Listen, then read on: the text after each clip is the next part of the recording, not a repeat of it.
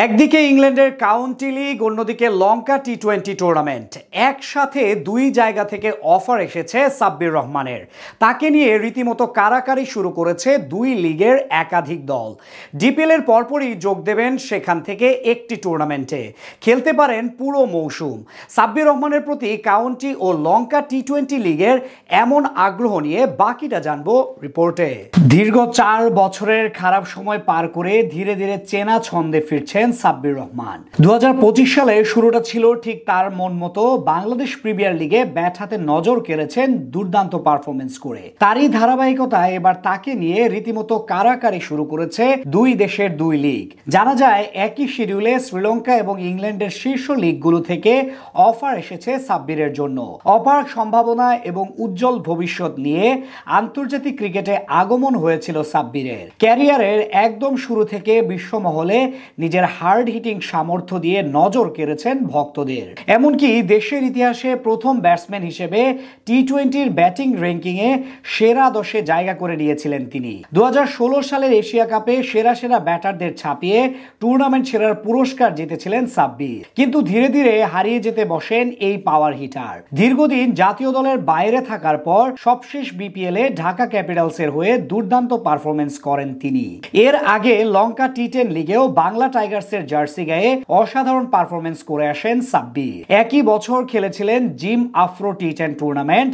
সেখানে মোটামুটি ভালো পারফরমেন্স করে এবার বিদেশি লিগগুলোতে বেশ চাহিদা তৈরি করেছেন সাব্বির। সেখান থেকে এবার নিজেই জানালেন দুই দেশের একাধিক ফ্র্যাঞ্চাইজি তাকে দলে ভিড়াতে যোগাযোগ করছে তার সঙ্গে। সেখান থেকে বেশ মোটা অঙ্কের অর্থ পেতে পারেন তিনি। সাব্বির বর্তমানে খেলছেন ঢাকা প্রিমিয়ার লিগে, যেখানে পার্টেক্স স্পোর্টিং এর হয়ে খেলছেন এই ডানহাতি। এই টুর্নামেন্টে ভালো করে আরো একবার জাতীয় দলে ফিরতে আগ্রহী তিনি।